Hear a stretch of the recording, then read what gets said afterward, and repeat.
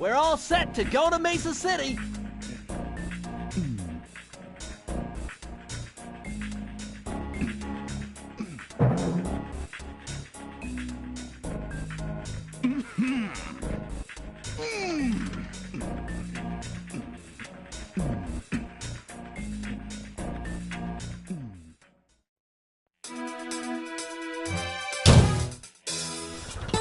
It had been a while since I'd been back in the U.S.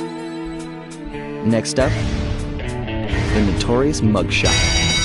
Ruthless muscle of the fiendish vibe. What he lacked in brains, he definitely made up for in brawn.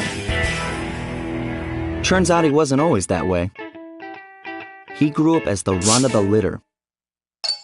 The neighborhood weakling. The only friends he could turn to were usually found on the big screen. It was there that he spotted his first gangster, and he knew instantly that that's what he wanted to be. He spent the rest of his youth working on his dreams of great power and respect. With enough perspiration, he realized that dream. He'd become a hard-boiled, street-brawling, tough-as-nails gangster, ensuring that he'd never be picked on or pushed around again.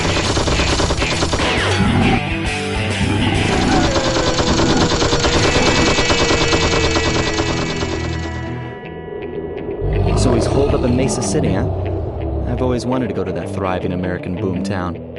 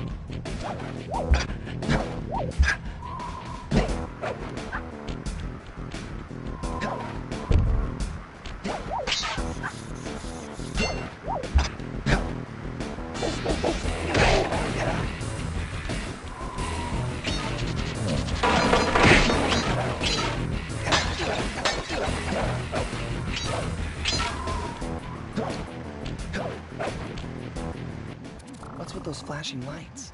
The latest in high-tech security. Electronic floor sensors. Step on them and you're a goner. Nice touch. They're safe to walk on while flashing, but it also means they're about to switch to a different sector.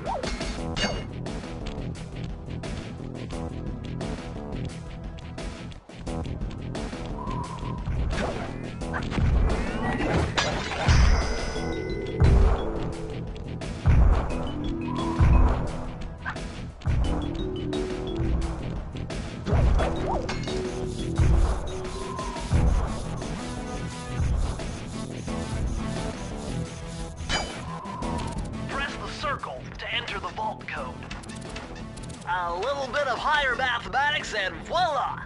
Dial in 314.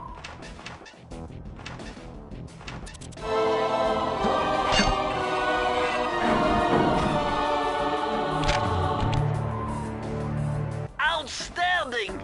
You've uncovered Rob McCooper's patented explosive hat technique. Use the triangle button to toss your cap. Then use the triangle button again to detonate it. Better back off to a safe distance first.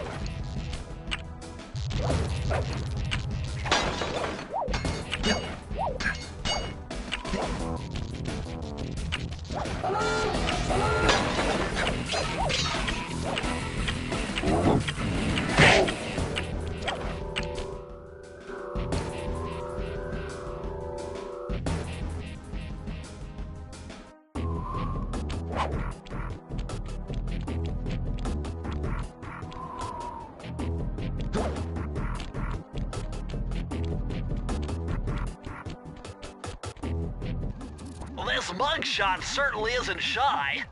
Okay, so we know he's here somewhere, but how are we supposed to find him? Mesa City is a big place. Given that he's a bulldog, it seems only reasonable to assume that he'd choose to live in a giant fire hydrant. That's some sound logic, Sly. Now you just need to find a way to break into the building's base. Oh, I'm sure I'll think of something.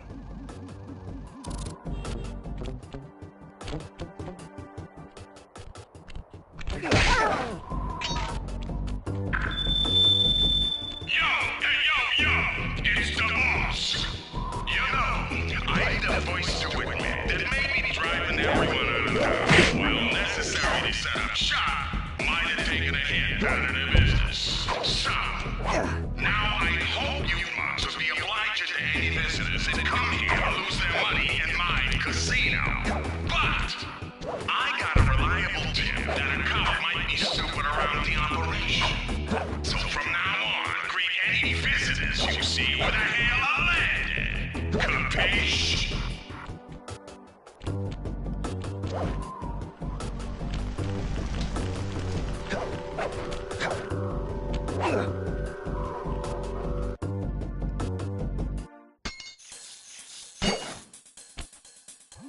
Murray is in position to make a run for this key. Okay, so what do I do? Provide some covering fire for him with that blasting station. Sweet. Use the left analog stick to aim and press the square button to fire. I'll do my best. Let's do it, Sly. Oh no. Oh no.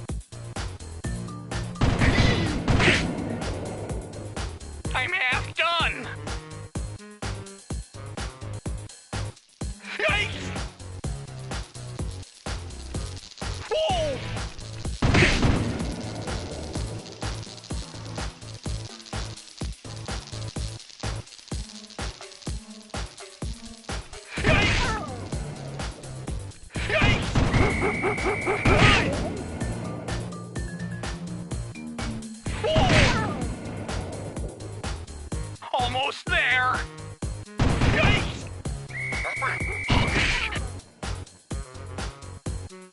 Oh no! Bingo! We did it!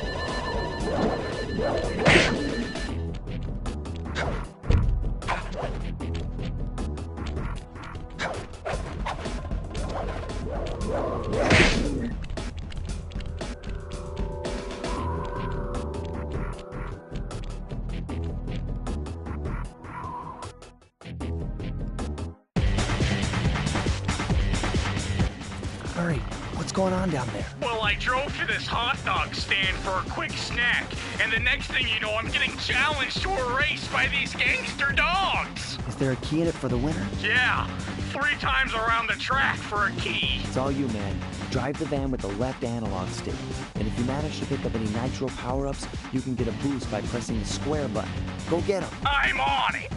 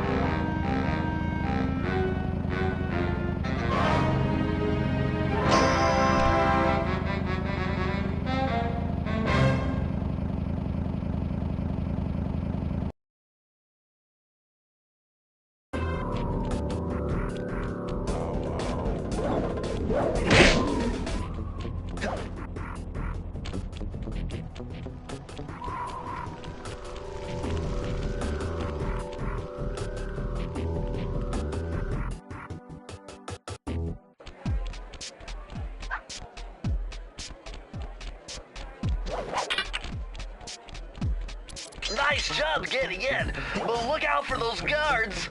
Mugshot's got those machine gun-toting dogs hunting like a pack.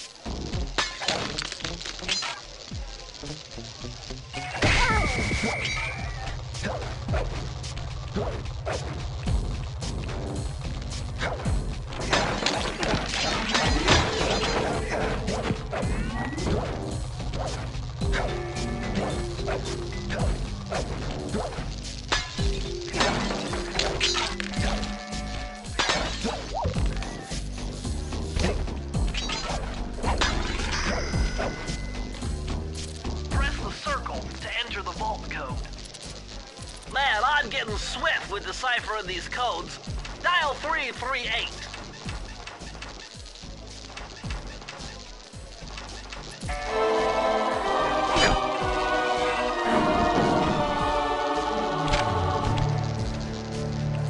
Okay, this page is from your hyperactive ancestor, B.F. Cooper.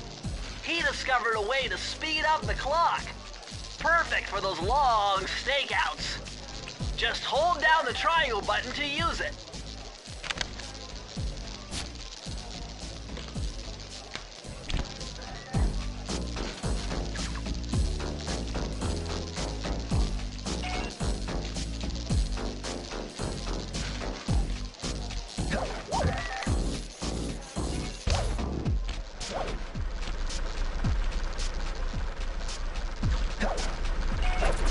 This giant roulette wheel is spinning too fast to jump counterclockwise around it.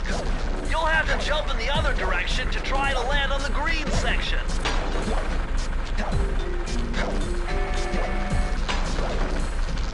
Sly, this giant roulette wheel is spinning too fast to jump counterclockwise around it. You'll have to jump in the other direction to try to land on the green section.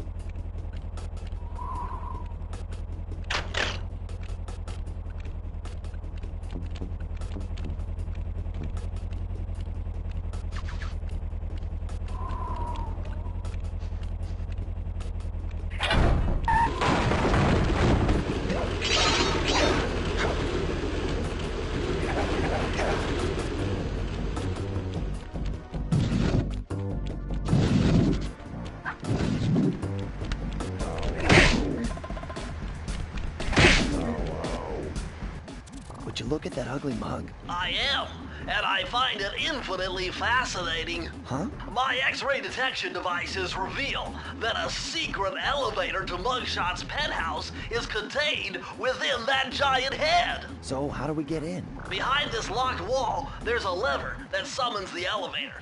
But you need all 7 keys to open it up. I'm on it.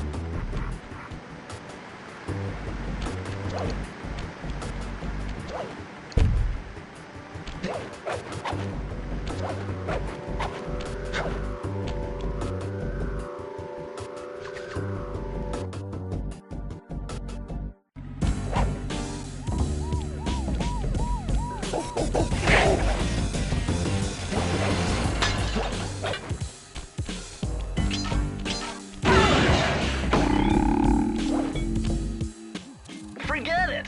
Your cane will never smash that thick glass. You'll need something super heavy, like that big wrecking ball up there.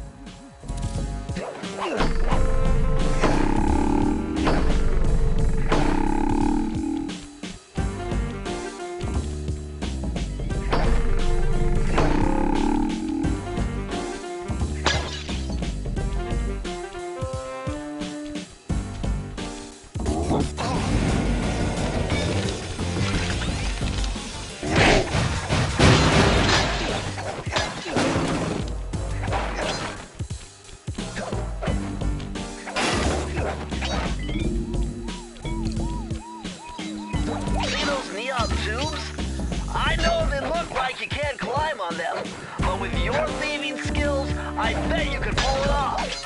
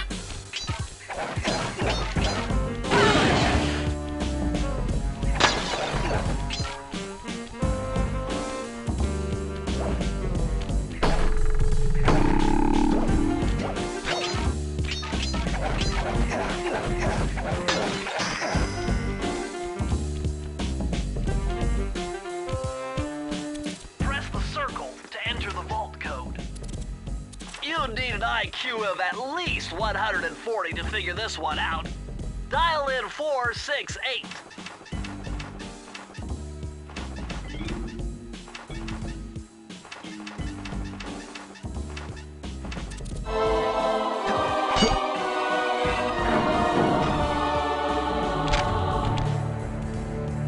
You found the blueprints for Mugshot's additions to Mesa City.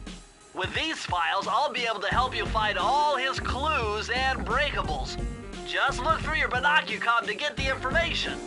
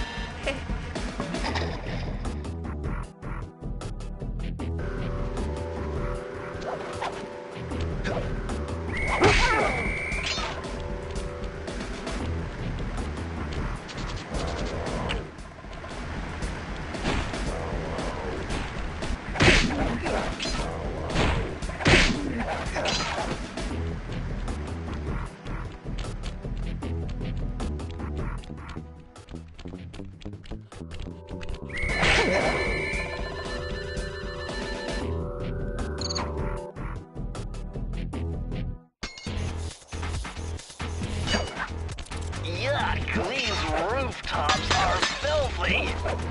Well, they are the only way to get to the key, since my locator tells me it's in a jewel case somewhere near Mugshot's penthouse.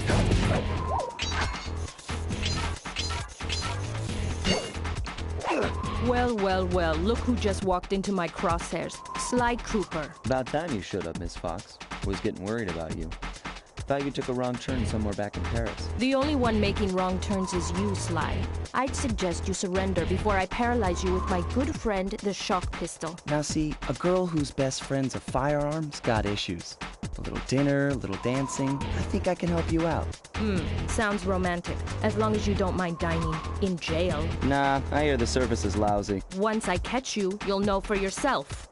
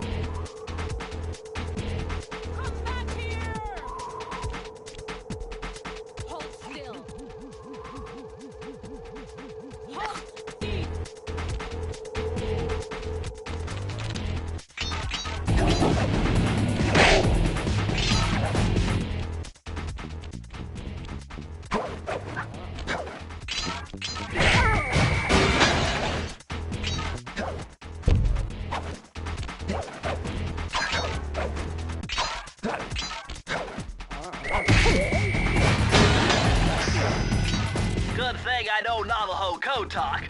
Try 532.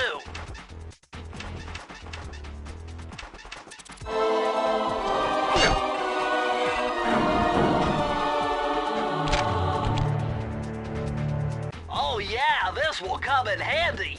It's Suzanne Cooper's notes pertaining to water safety.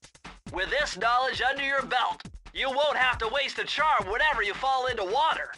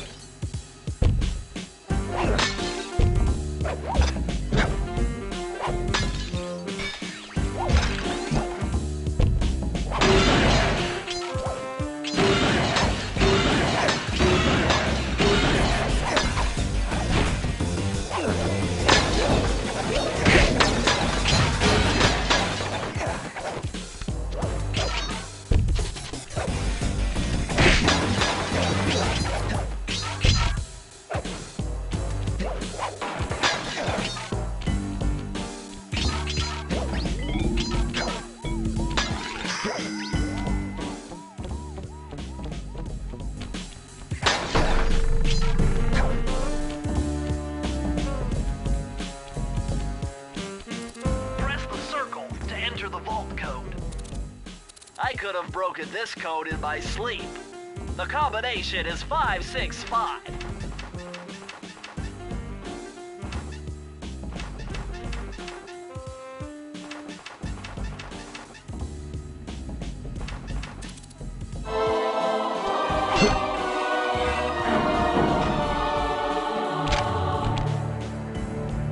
Aha! It's Sir Andrew Cooper's thief replica technique. He used to make fake stand-ups of himself to confuse guards into attacking the wrong thing. Use the triangle button to put together a fake Sly Cooper.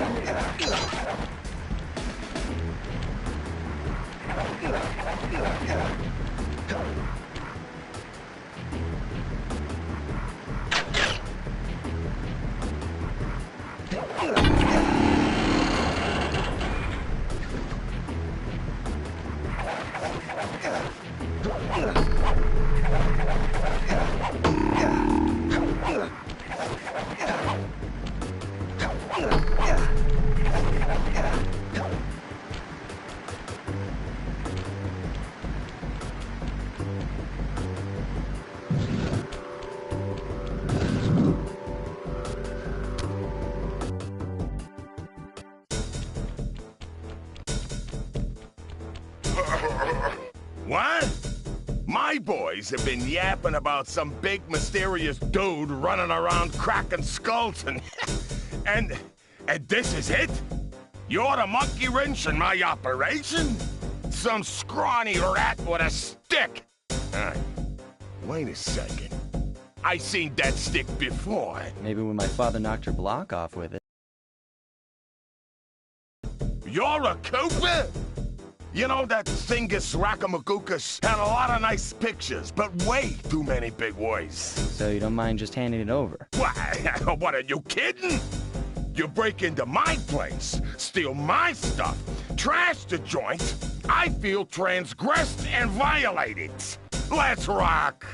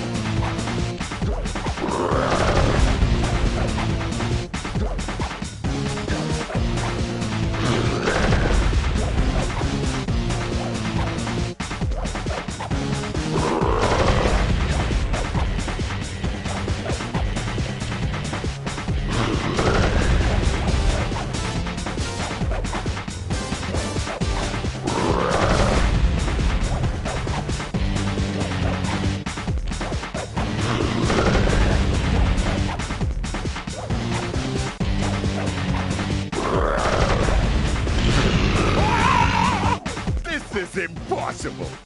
A little pipsqueak like you beating a big, strong bruiser like me? It ain't right.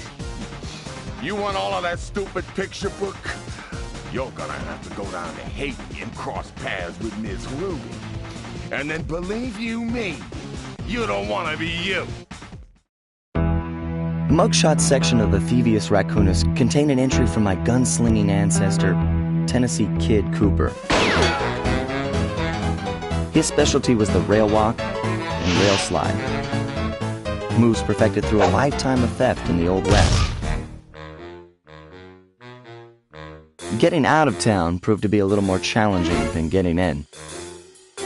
Having just missed us, Inspector Fox went for the next best thing and dragged that canine steroid case off to jail. That was the end of Mugshot's gambling empire, and Mesa City's citizens soon returned home. While me and the boys, well, we enjoyed the rest of our stay in America, and then returned to Paris, ready for our next mission.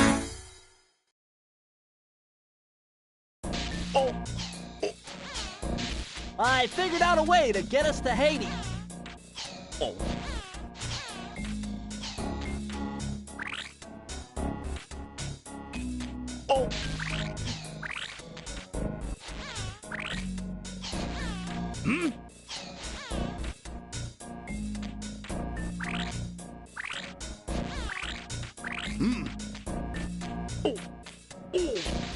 I figured out a way to get us to Haiti.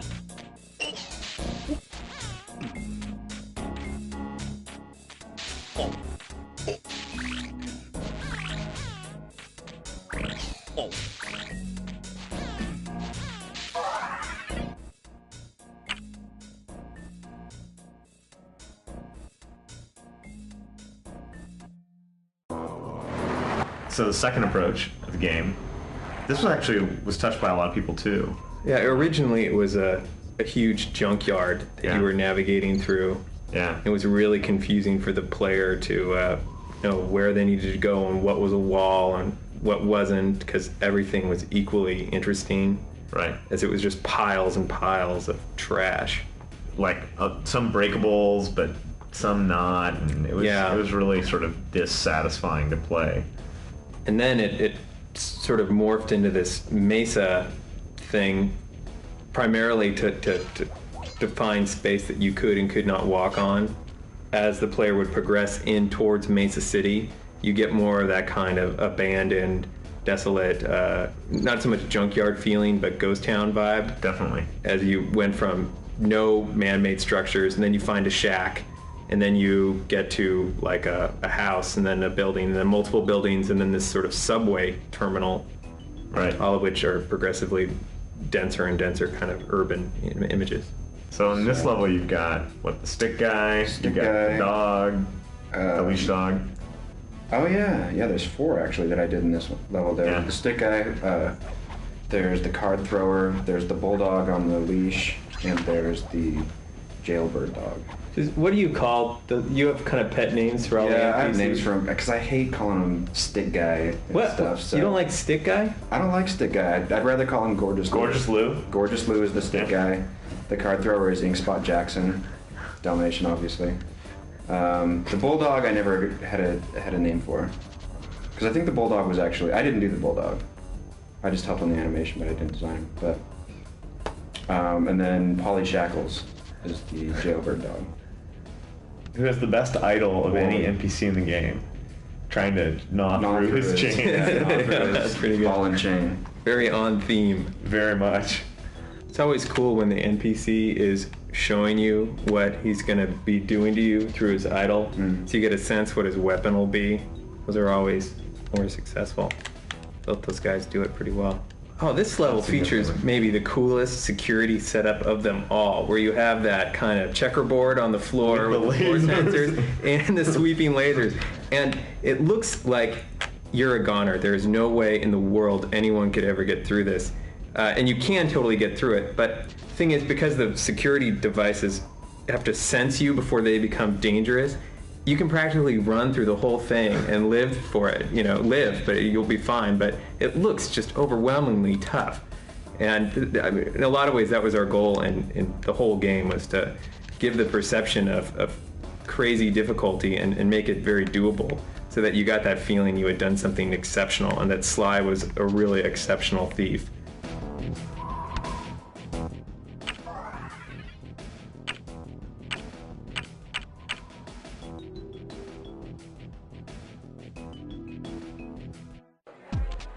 This is the only level in Mugshot's world that actually is a casino. And originally, when we had set off to make Mugshot's world, it was all going to be casino. We just sort of weren't that interested in doing a whole casino world after doing one. So we had to find lots of stuff around it. That's why we have buildings outside of it and the rooftop on top of it. Well, it was just more interesting going through the urban environment than it was kind of making your way through these slot machines and dodging the gangster dogs.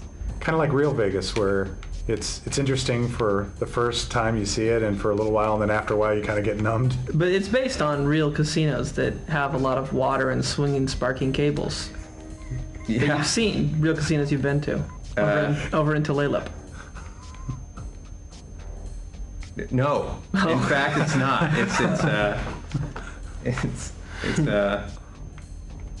It's not. This level features a couple game mechanics that we use all over the place, but in here it's pretty pronounced, and that's when you get up on top of chandeliers and you're looking down on a guard, where the whole point is to get the drop on your opponent, jump down and smack them in the head with your cane. I think this was the first place we did it, and we use it all over the game, but there's some pretty clear examples in here. And oddly enough, even though you're many, many feet away from your opponent and you can go anywhere, whenever we see people playing, they instinctually bash people in the backs of their heads from above, so it seems to be pretty core to human behavior. Another very core Sly Cooper kind of gameplay concept is what we call M+1, an M standing for mechanic.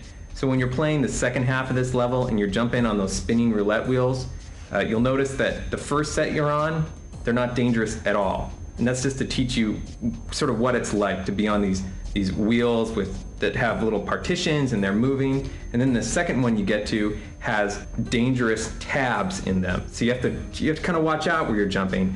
That's M+1. The +1 is the dangerous tabs. Then you get to the third set of wheels and you're at M+1+2. And the 2 is the laser beams, which you can't cross. So you need to get between the wheels fast. And then you get to the fourth set of wheels and the wheels are going in the opposite direction. If you sit and you play this game, or the second half, and you really look at how the difficulty is ratcheted up one wheel at a time, it's crazy clear that that's how we try and increase the tension in the gameplay, but not overwhelming the player off the bat with complexity, because you're taught each little mechanic along the way.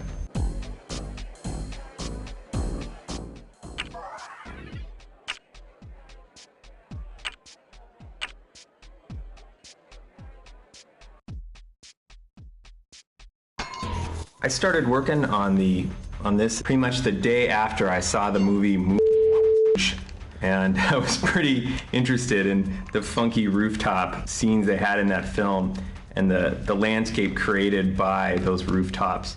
This was the first level that we made that featured the Inspector Carmelita Fox, and it was a real challenge figuring out the gameplay mode for her, because we wanted to have this cop character in the game that sort of made more concrete the fact that you were a thief and that chased you, but at the same time we didn't want to do a chase situation similar to the games where there was somebody behind you and you were running down screen. Yeah, we wanted to have something where it didn't involve as much memorization, where it involved a fair amount of reactionary stuff rather than having to memorize the environment. Yeah, this was a particularly challenging level to get sort of cameras done correctly as well as behavior, because we had to focus on two different characters at once and we had to deal with it from pretty strange camera angles.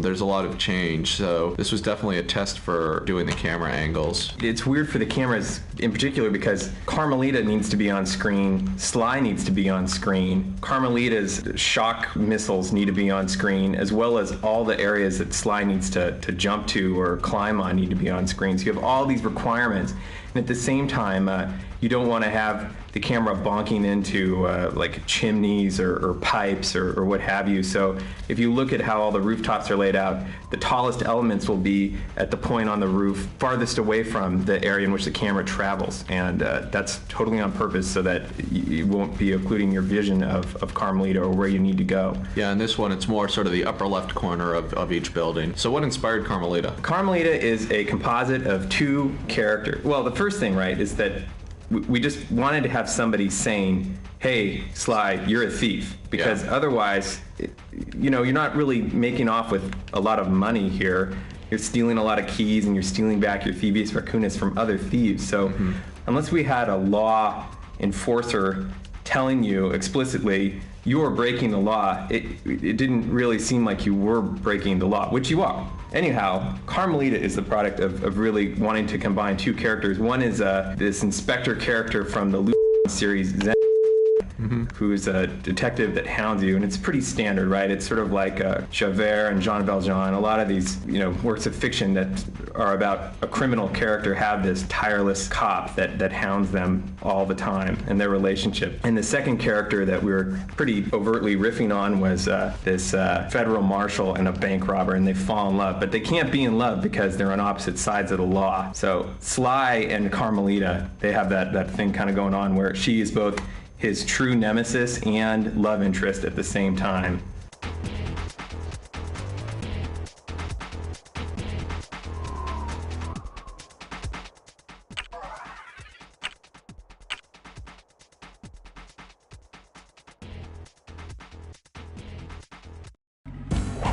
I did the kind of layout design for this world using Legos. And it actually turned out pretty close to what I did. I knew it was going to be a rooftop, so having being kind of constrained by the general blockiness of Legos seemed like it was fine, and it helped me get the elevations worked out, and I found it easier than doing it on paper because of all the it's going to be done in 3D anyway. So if you're throwing it together with Legos, you can get, kind of hold up to your face and look at it from all these different angles and try and imagine what shots you're going to have in it. So I think it was the only level I did with Legos, but I think it helped a lot. Compositionally, the level was really fun to work on. It was, once he had the letters done and we knew the elevation, then I went in and even from the very first shot, you'll see that nothing overlaps each other. So the level doesn't feel like extremely super full, but it doesn't feel like it's all a bunch of clutter. And dealing with NPCs, they were really fun. We had a lot of designs and thought about different ideas that would really relate to the idea of dogs playing poker. That was the theme. Yeah. The really theme behind it. So you'll see like the dog throwing cards and having his idols being card tricks, and the slobbering dog, the junkyard dog.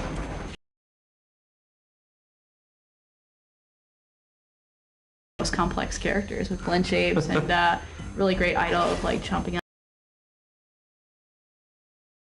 You'll see we call it dog with stick, which is totally a play on thiefy dog sneaking around and how the idea of this big, cumbersome guy being able to walk so agile with a big stick. And then also the final one, which is you see up in the top level, which is we call him Paulie Shackles. And that's a jailbird, and he originally was a woman with a purse, and we found it too offensive, so we had to redesign. We're like, what are we gonna do? We have to redesign with the same gameplay mechanics, and we came up with different ideas, like maybe it'd be an Elvis impersonator with a microphone, but the whole idea of the thin string was too hard for a player to see, and the microphone really wasn't that big of an object. And then luckily Travis came with the idea that it'd be great for it to be a jailbird, him throwing his ball and chain, and it ended up being a really strong element. It's, with a big ball at the end and a thick chain, it's really fair for a player to jump it and also know when it's dangerous. So it ended up being a real win-win. Well, a lot of the other game design stuff that's in this world besides the sign came out of brainstorming sessions with the people who were going to, people like Suzanne and Karen and Dev, who were going to be directly involved in how this level was going to get fleshed out. So the cars with the clues on them that drop away when you come off of them, I think that was Dev's idea, and having the sign, like the big bone that crashes through the wall and everything like that. So it was one of our better, very collaborative efforts. Definitely.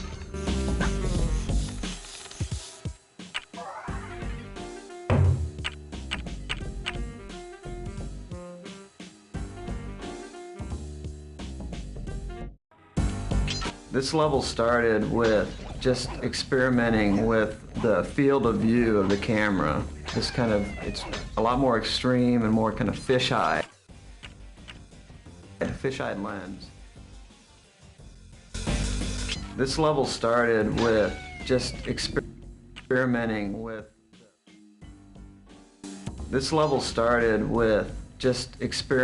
with the field of view of the camera.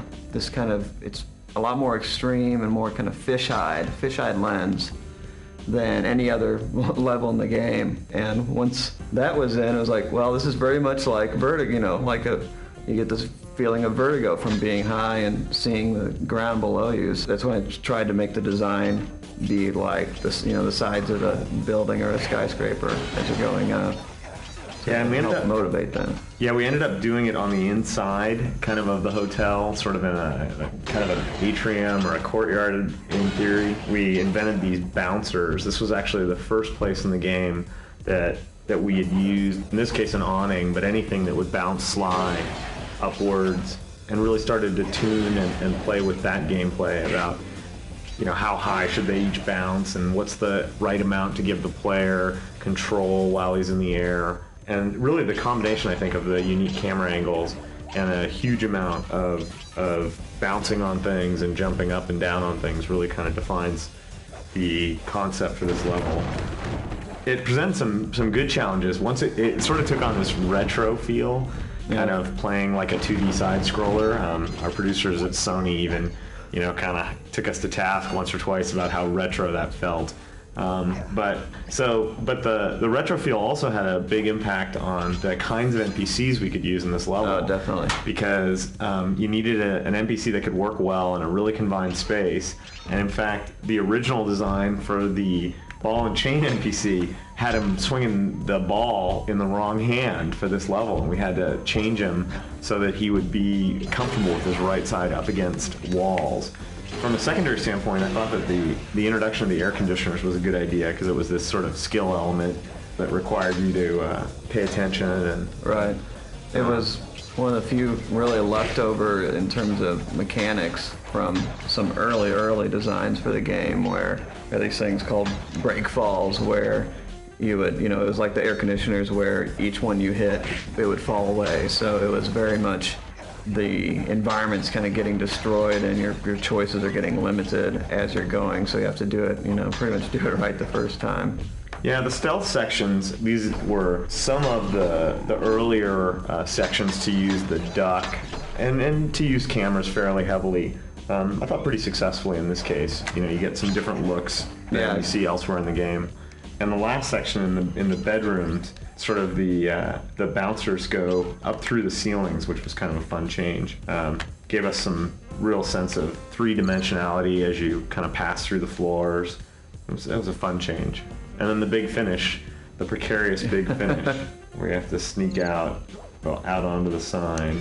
I don't know, all in all, a pretty successful level.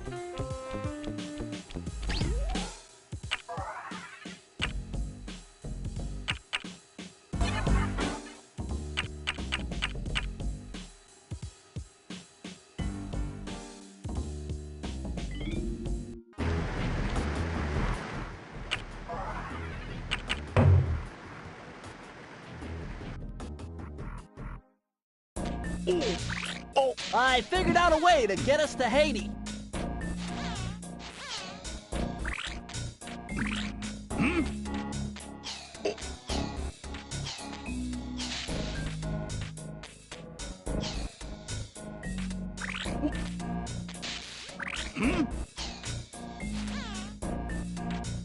Oh.